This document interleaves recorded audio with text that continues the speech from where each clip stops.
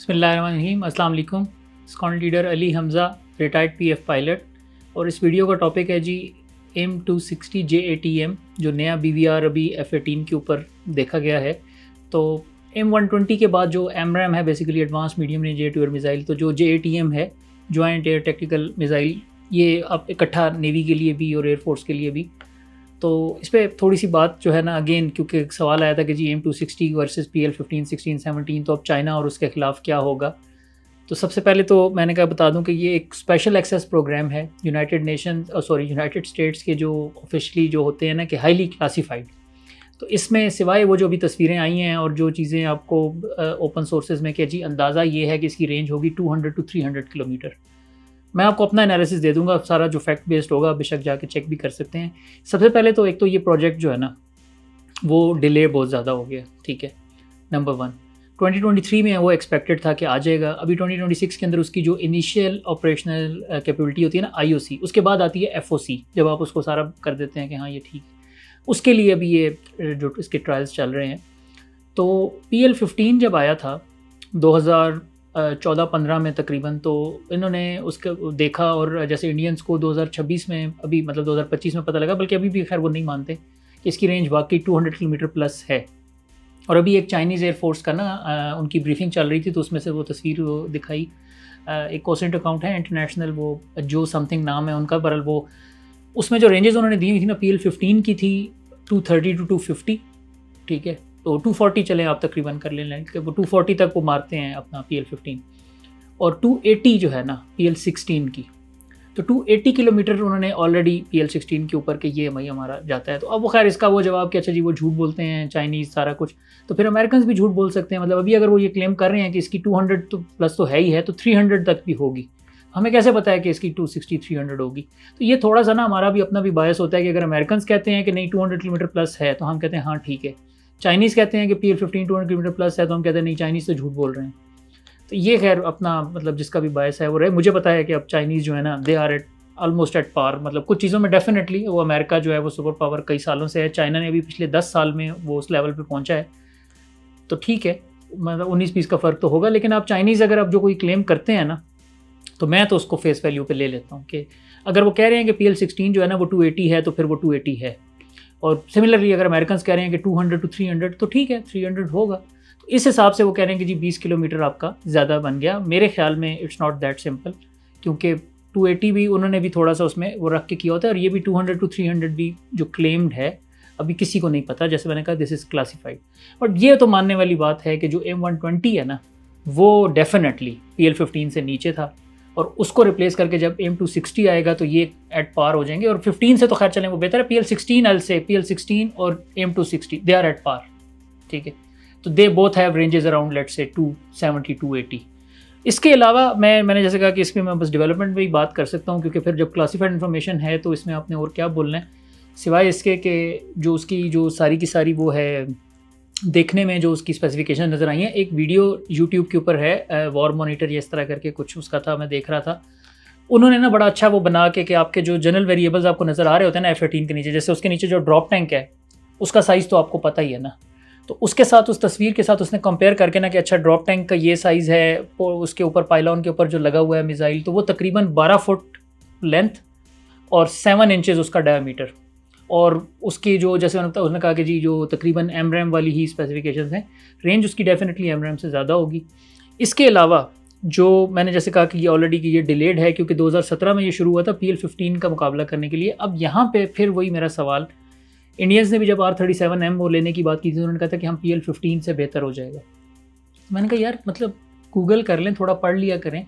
वो 2015 की टेक्नोलॉजी है, 2015-16 में अमेरिका को पता लग गया था कि AMRAAM से ज़्यादा रेंज वाला है PL-15, ठीक है, और मीटियोर से भी।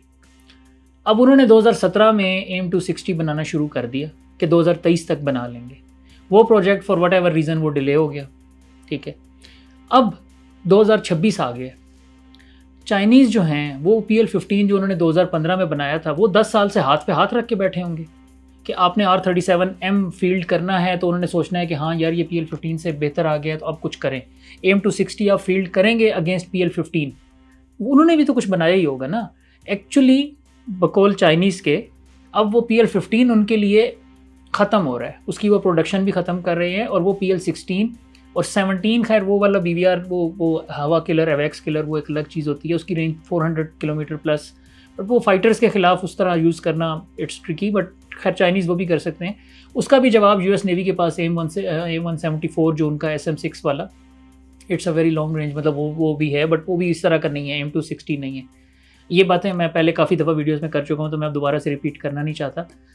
पॉइंट सिंपल है कि PL-15 के साथ तो आप M260 को कंपेयर ना करें। आई एम श्योर PL-15 से तो वो बेहतर होगा। It doesn't make any sense कि चाइना ने जो मिसाइल आज से 10 साल पहले बनाया था, तो अमेरिकन 2026 में उससे बेहतर नहीं बना पा रहे।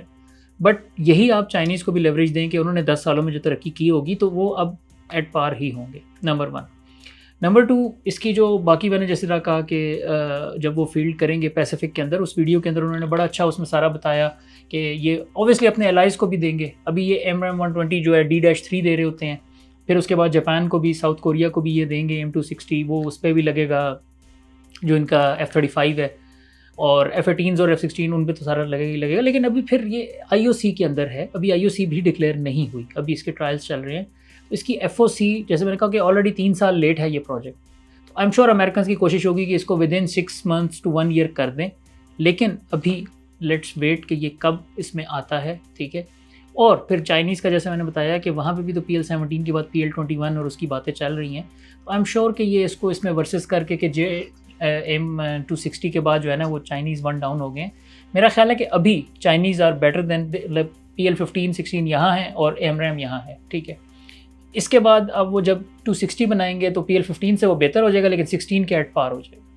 तो मेरे हिसाब से BVR के अंदर अभी जो चाइना और जो USA हैं दे आर एट पार, और उसके अलावा जो मीटियोर और जो रशियंस हैं उनसे तो ये बेहतर है। वो ऑपरेशन सिंदूर और बुनियान मरसूस और वो सारे का सारा दोबारा से वही बातें आ जाएंगी।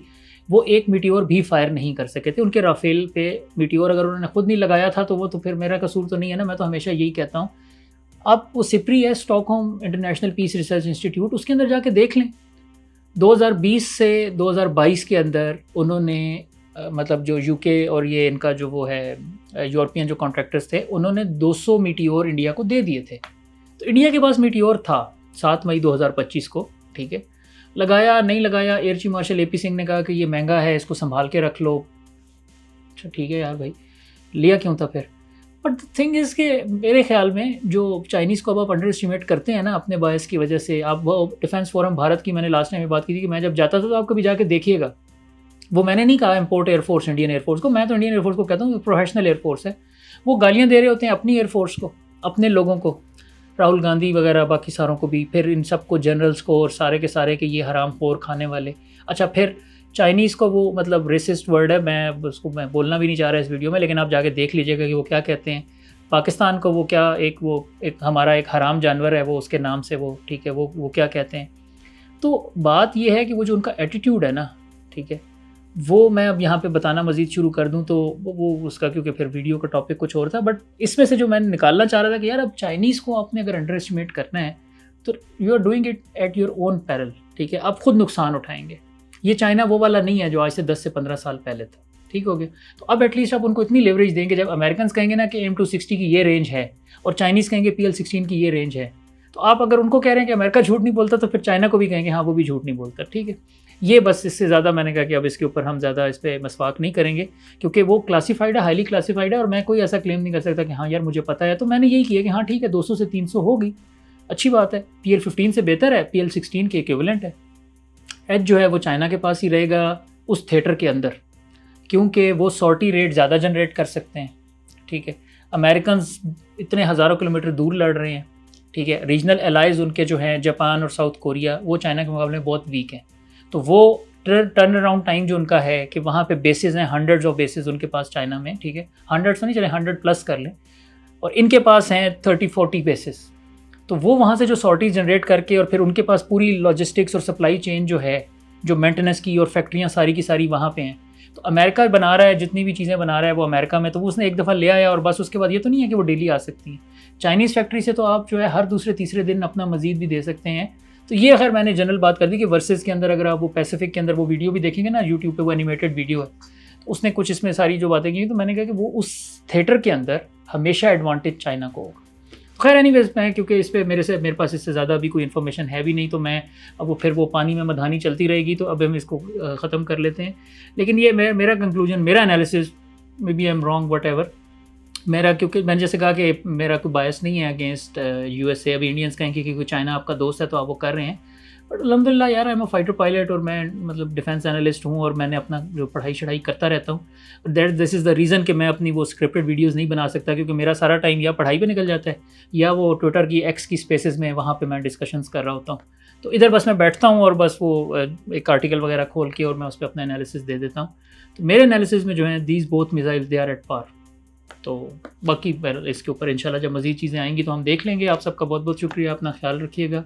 अल्लाह हाफ़िज़। पाकिस्तान जिंदाबाद।